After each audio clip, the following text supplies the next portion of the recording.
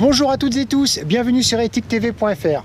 Alors aujourd'hui, je vous refais un nouvel épisode, un acte 6 dans le jardin que je développe qui est très loin de chez moi, à près de 300 km, dans lequel je me rends uniquement pendant les vacances scolaires avec les enfants. Donc c'est là où je vais à la campagne avec mes enfants pendant les vacances.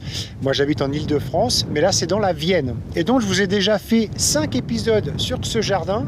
Donc je vous les remets en description de la vidéo si vous voulez revoir l'historique de ce jardin que je développe depuis 2 ans. Alors, je vous avais fait part des plantations, de design, et là je vous refais une vidéo sur les mares que j'expérimente, que je tâche de connecter avec l'eau pluviale pour l'approvisionnement en eau. Puisque ici il n'y a pas de source, il y a des puits dans la ferme, c'est la ferme de mes grands-parents. Il y a 3 puits, mais j'essaye d'expérimenter tout simplement de récupérer l'eau pluviale des hangars, puisqu'on a des très grands hangars, pour approvisionner ces 2 petites mares qui dans ce jardin-là participe bien évidemment à la biodiversité, puisque c'est le but en permaculture, c'est de développer la biodiversité animale, végétale, et de permettre aux oiseaux, aux insectes d'avoir des points d'eau pendant les périodes sèches. Donc cette mare, je l'ai refaite, j'ai remis une autre bâche, alors je l'ai recreusée et je vais vous montrer d'où arrive l'eau. Là j'ai mis le système en place, vous allez comprendre un petit peu les choses.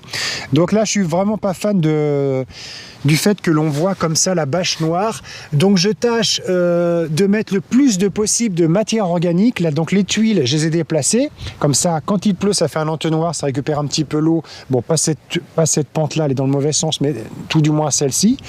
J'ai apporté des mottes de terre, j'ai remis des tuiles, parce que les tuiles ça va être dur, ça permet quand même de masquer cette bâche noire en plastique, hein. Ça c'est vraiment là c'est la seule solution. Alors il aurait peut-être fallu la faire en béton, quoi. Pour l'instant j'expérimente comme ça, et donc là j'ai taillé un arbre là-bas, un tilleul qui est très malade, donc j'ai fait en fin de compte une trogne, je lui ai complètement coupé les branches, et donc du coup toutes les grandes branches je les ai coupées en trogne pour le faire redémarrer au printemps, en espérant qu'il refasse des jeunes branches et qu'il parvienne à s'en sortir, en paillant bien aussi le contour de son tronc. Bref, donc tout ça, donc les branches du tilleul que j'ai élagué, je les ai utilisées dans différentes zones dans le jardin. Ici, je les ai mises comme ça sur cette mare pour que les oiseaux viennent s'y percher et viennent s'abreuver. Donc là, on est à la fin donc on va aller après voir la première mare qui est là-bas, qui approvisionne celle-ci, et le trop-plein part ici dans le fossé. Donc là, la prochaine fois en février, quand je reviendrai, je pense que je vais mettre un tuyau en PVC qui va aller jusqu'au bout. Ce sera plus ou moins durable, ça peut, je sais pas, peut-être plus de 10-15 ans, peut-être 10 ans, je pense, dans la terre, on verra, pour que le trop-plein de cette mare, quand il va beaucoup pleuvoir, puisse s'évacuer dans le fossé. Voilà. Donc ce que j'aime dans l'idée, c'est que en fait, l'eau pluviale arrive donc sur ces grands hangars, vous voyez.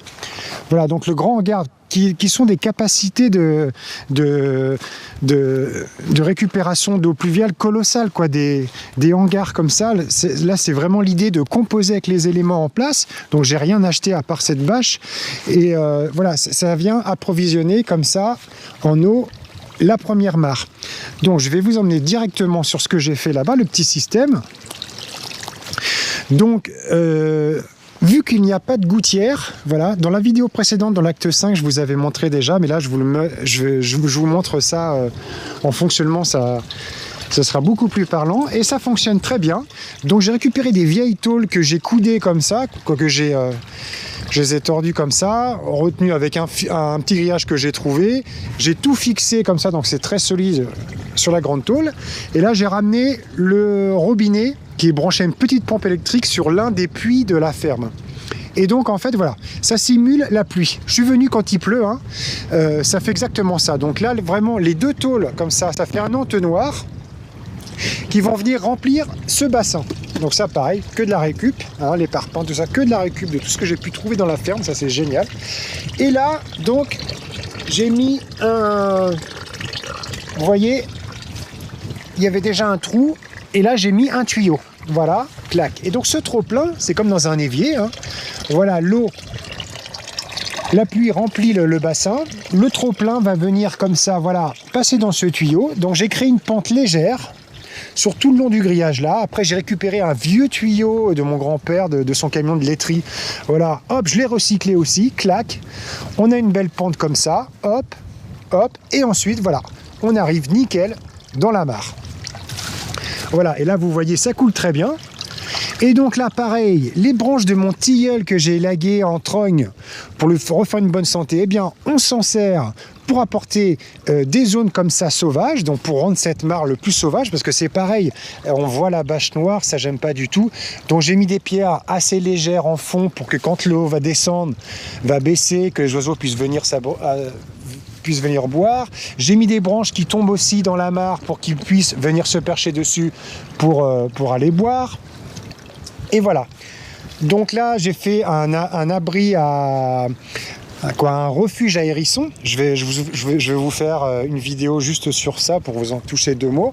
Et voilà. Et donc, ce qui se passe, alors, donc, l'eau passe là-bas, l'eau de pluie coule dans le bassin, ça vient passer par les tuyaux, ça remplit cette mare. Et à partir du moment donné où le niveau monte, on a un autre trop-plein ici, là-bas, avec des tuyaux que j'ai récupérés qui vont alimenter la dernière mare qu'on a vue tout à l'heure.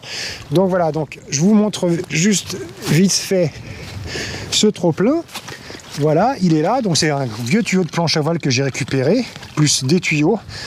Et en fait, j'ai mis une brosse pour éviter qu'il y ait des...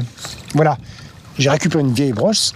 Et en fait, voilà, pour éviter qu'il y ait des branches qui aillent dedans et tout ça, je mets la brosse, c'est impeccable, ça fait le diamètre du tuyau. Et du coup, ça évite que, voilà, que les branches, les feuilles, tout ça tombe dedans. Et donc comme ça, en débouchant comme ça, je trouve ça très pratique. Clac, on enlève et ensuite on remet. Et on évite que ça se bouche.